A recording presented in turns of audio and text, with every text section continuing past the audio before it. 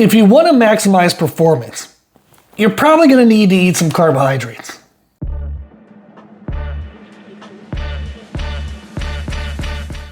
In today's podcast, I want to talk about using carbohydrates to manage fatigue. And this is not only physical fatigue, but CNS and mental emotional fatigue as well.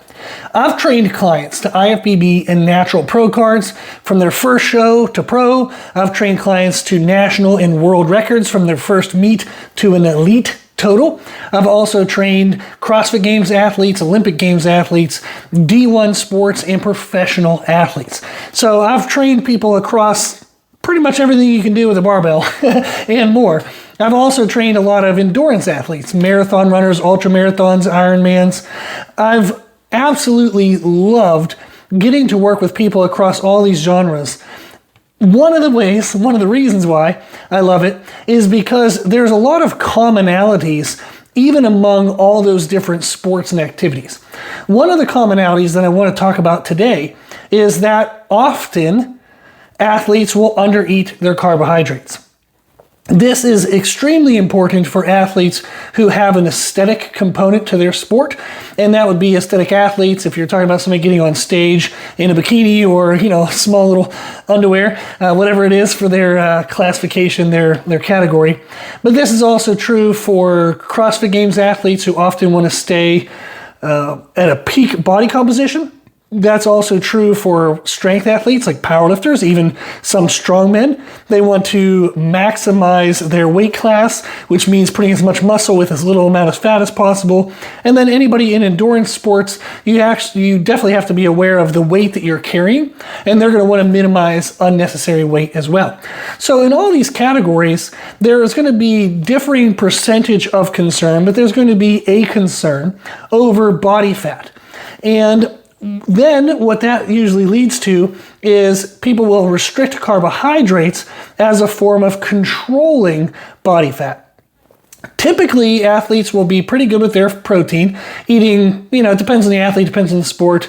The general recommendation you're going to hear is 0.6 to 1.2 grams per pound of lean body weight. I tend to have most of my clients around 0.8 to 1.2. There are some examples where we'll be outside of that, but that's the common range. And they do a really good job with protein. Now, this is not common general population. I'm talking specifically about athletes in all these different sports. Athletes really very rarely miss protein when they're paying attention to nutrition. If you have an athlete who isn't paying attention to nutrition yet, they're definitely just missing the boat on how great of an athlete they can be. That does sometimes happen even with high-level athletes, professional sport athletes, for example. They have amazing genetics. They've gotten their way through high school, even through college sometimes, and they'll get into the pro ranks, and then they're good. Maybe they're not as great as they were compared to their peers at the high school and college level, which is definitely probably not the case, considering now everybody's a professional around them. So in order for them to continue to progress, in order for them to stand out and to improve longevity and reduce injury, they're going to need to pay attention to nutrition.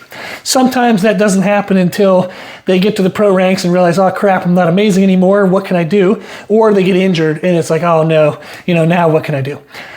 But in all those cases, their protein is going to be pretty consistent. Then dietary fats are usually understood to be necessary for health, but they're usually not really high, with the exception of some endurance-based athletes. I'll come back to them in a second. But usually all the other sports, fats are usually not super duper high because they cause a little bit of digestive stress, or in the sense of like causing you to have to go to the bathroom if you intake too much fats at one time. There's a fancy term for that. And then also sometimes if there's too much fat in their diet, they're just not hungry enough for the next meal and they can't get to the calories that they need. So fats are usually self-regulated very well. And for endurance athletes, if they are more of like using ketones and they're trying to fuel their sport through fats, they might have a higher percentage of fat intake compared to the other types of sports. However, that's usually going to be controlled very well as well. So protein is pretty consistent. People do a good job with that. Fats is usually self-regulating, because if you undereat, you're just going to be super ravenous throughout the day, and then they'll realize that they probably need to increase their fats a little to curb their hunger some. So that tends to happen whether they know it or not. They kind of tend to do that. But if somebody overconsumes fats, that's very self-regulatory, because it causes bathroom issues, digestive issues, and or hunger issues where they're not hungry enough.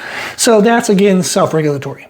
Where people get in trouble is their carbohydrate intake, because if they're chronically under-eating carbohydrates, they can sometimes not notice that and or work around it, and maybe they're aware of it, but likely they're not.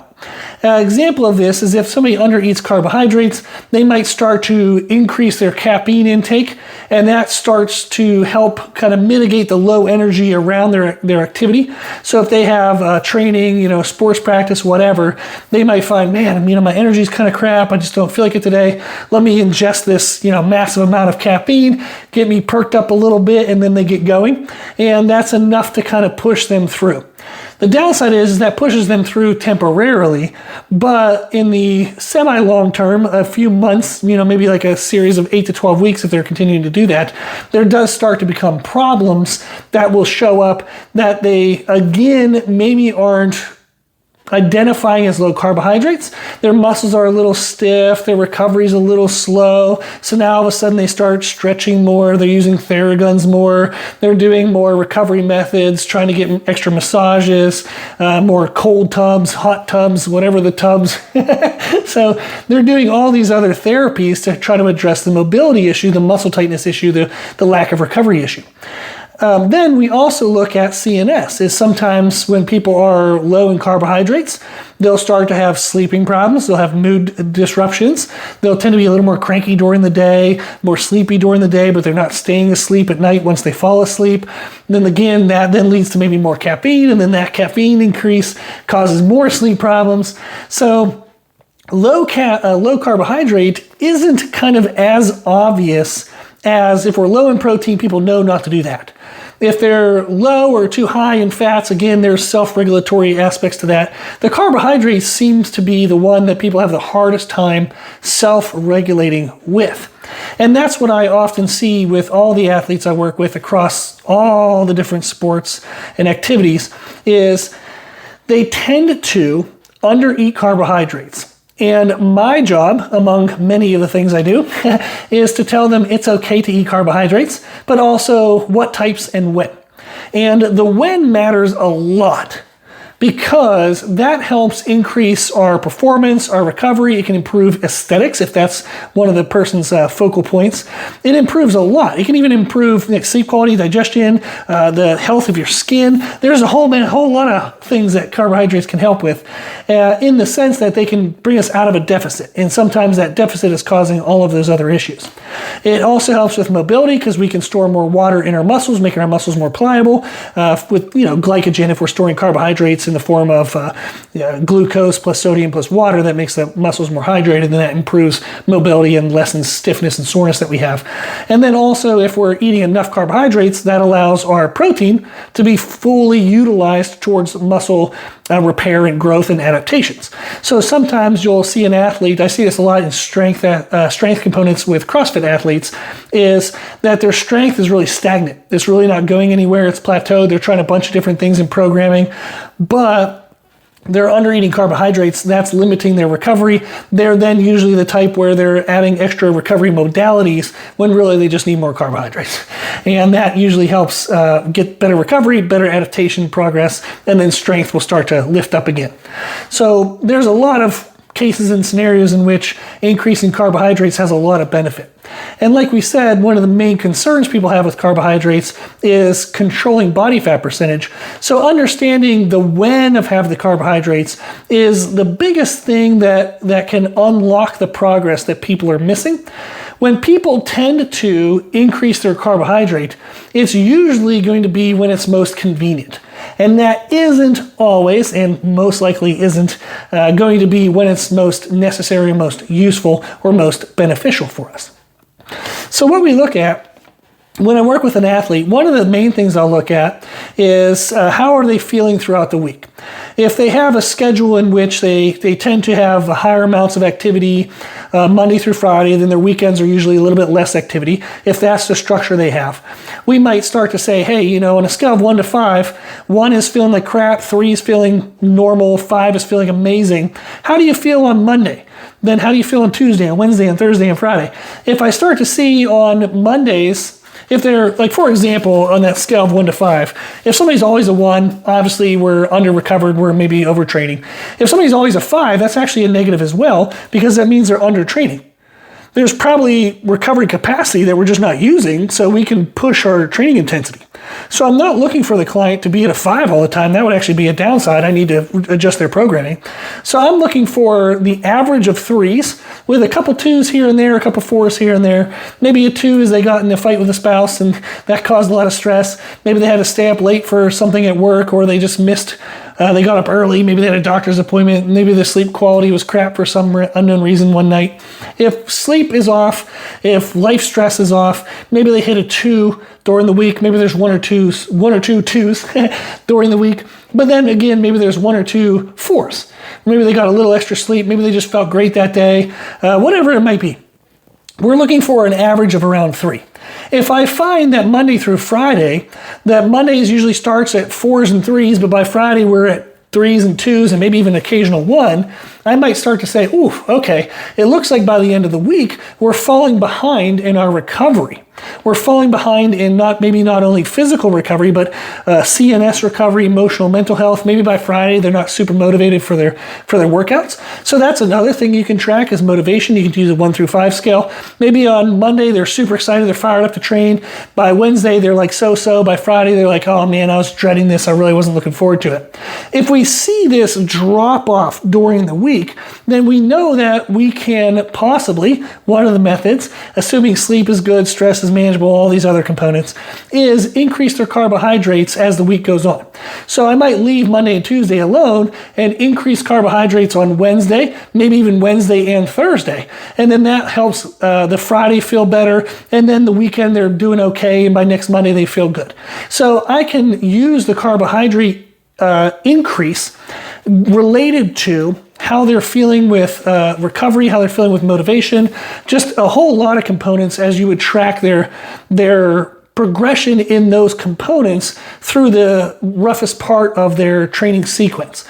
If you have somebody who's in sport, like I work with a lot of high school athletes, like right now I'm working with a lot of swimmers, and they have a lot of events and meets and things on the weekends, so their weekend is super active. So we might have their like lower days be like Sunday, Monday, and maybe even Tuesday, and then Wednesday it ramps up. Well, it's probably a Tuesday, Wednesday's ramped up, Thursday, again, Tuesday, Wednesday, Thursday ramped up. Maybe Friday's a little bit low because their coach is trying to conserve them and make sure they feel good on Saturday. So I would see what's the wave of their training intensities, and does our scale of 1 to 5 match those waves? If we notice that we're ranking low on the 1 to 5 scale, but our activity is really high, that's not going to be good. We want our 2s, 3s, and 4s to kind of match the sequence, match the wave of our activity. If I see it being off, then that's where I can use carbohydrates. So that's really neat to know that you can use it on like kind of a multi-day span or a weekly span. However you want to kind of sequence that. I know some aesthetic athletes, they might have like maybe a 9-day rotation in their training programs. So we might use a 9-day rotation sequence for the 1 to 5 scale. It depends on each client. Everything's really customized. That's one of the reasons why I love doing customized coaching, is that way I'm not giving one piece of advice that fits the middle percentage of people, but everybody else on the other ends feels like crap and frustrated and things aren't working. I don't want to do that to people. I don't want them to make them feel frustrated or feel like they're broken when maybe the system that they're trying to use doesn't match them. So I'd rather develop the system for them. So that's why I like customized coaching. Now, that's one way we can use carbohydrate intake to mitigate fatigue. Another thing we can do is to think about loading it within a day frame.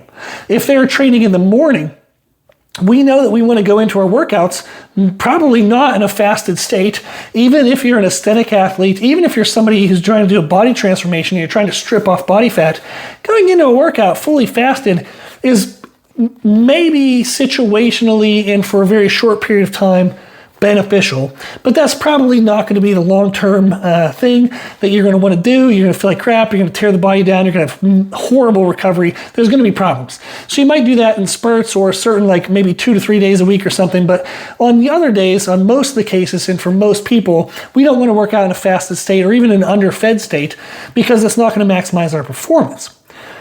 So with that, people get up in the morning, and if they work out right in the morning, they probably don't want to try to consume 100, 200, 300 or more grams of carbohydrates right before they're about to go work out. Number one, that's going to be an uncomfortable amount of food, and maybe they don't like work training in a full stomach. Number two, that's not going to convert over to usable energy that fast. You can try to drink a bunch of sugars and you get like maybe an influx of energy right away, but then you get a huge crash. So you have to have some moderation to the digestion rate of the carbohydrates to make sure you don't crash right away. But that moderation means that's slower digesting, which means it's slower availability to the muscles, which then means you have to eat it further ahead of the workout. And they don't want to do that. They don't want to wake up at like 4 a.m. for a 5:30 workout to get it food in. So what we tend to do is we carbohydrate load the night before. So you would carb load the nighttime beforehand, then that way you wake up, you're only in a moderate deficit from the amount of time you've been asleep. Your body does burn calories while you sleep. So we just try to replenish that a little bit. They go through their workout. We have some carbohydrates post-workout to fuel recovery, but then we taper those carbohydrates down during the middle of the day so we can ramp them back up at night. And again, that loads them for the next day if they're doing back-to-back training days. If they're not training the next morning, we're probably going to keep carbs high during the day, then taper them off at night since they're not waking up the next day and going right into the workout. So really, you can sequence the carbohydrate loading, whether they're doing the morning workout or not, so that way you have training days versus non-training day sequences, and that helps control body fat percentage while also peaking performance. If somebody trains midday, well then maybe we are going to do very moderate amount of carb loading at night, because then we have a chance to have some more carbs in the morning that can have time to convert over to usable energy midday. It just kind of depends on their schedule, depends on their volume preference for when they wake up in the morning. Maybe they sleep better if they eat more of their food at night and have a smaller breakfast. They can get up and get moving. Other people, maybe they have fairly poor sleep quality if they eat right before bed. It raises their body temperature. That kind of disrupts their sleep quality. So we might have lower amount of food going right before bed and have a higher amount of food. Doesn't mean food volume, but food density. Trying to get a higher amount of calories in that breakfast so that way it loads into our midday workout. If somebody works out in the evening, well then it's kind of free range. You're going to have a moderate amount at the beginning of the day, moderate amount in the middle of the day, just slowly load that into the evening, and then we're probably going to taper off our carbohydrates post-workout and maybe lean more into fats and proteins to have a slower digesting recovery process and protein release as they're sleeping for their recovery capacity. As long as we're fueling the recovery with enough carbohydrates and or fats for the energy to utilize the protein. So really it's fun in the sense that we can cycle our carbs. There's a lot more ways of doing this, but these are two examples where you can cycle the carbs per day during the busyness of their week. So that way in the lull of the middle of their busyness, like say again, if it's somebody Monday through Friday is their busiest time, maybe on Wednesday and or Thursday, we peak the carbs up just to give us that little bit of extra carryover into the end of the week. So that's one way of doing it, is structuring it like per wave of their programming. So you can think of it as per week. Again, not everybody trains on that same schedule. That's why I'm hesitant to say it that way. But you can structure it across multiple days. Or you can think about how you structure it within a single day that loads into the next day, depending on their training schedule. So this, to me, is super nuancy, super fun, super exciting. I love this stuff. It can be really overwhelming for a lot of people, though, to have variable carbohydrate intakes at variable times of the day, and I would understand that completely. If that's typically going to be more of the general population. When you're working with the athletes that I work with, where you're talking about, IFBB and Natural Pro Cards, or people wanting to get those, people wanting to get elite totals in powerlifting, maybe, national records, world records. We talk about CrossFit Games athletes, Olympic Games athletes, professional athletes in sports, D1 sports athletes. They're more invested into their nutrition. They understand it's going to take some effort. They're willing to put that effort in. And these are the nuances that we can play with to help mitigate fatigue, but still keep them lean. So if you're an athlete and you're someone who wants to stay lean, but you really need to prioritize performance, and maybe your performance has been stagnant, maybe you've had more aches and pains in your joints lately, maybe you're not feeling as motivated for your training, you can feel by the end of the week you're kind of worn down, the body's just not responding the way that you want it to.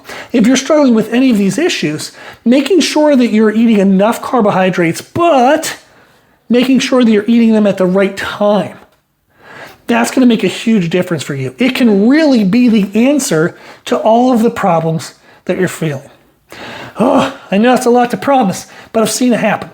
And that's why I get fired up about this, is somebody comes to me and they're frustrated, they're just not getting what they want, and it's like, oh, if you tell me what's going on, I can help find the problem. And if it's something like this, like just simple carbohydrate intake and timing, oh man, you can rock someone's world. You can make them feel amazing. You can unleash just the amazing potential that they have by just playing with a few little components like this.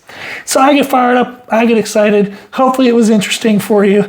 If you have any questions, you can always reach out at our website, which is www.c3method.com. The 3 is spelled out, so it's CTHREE method.com.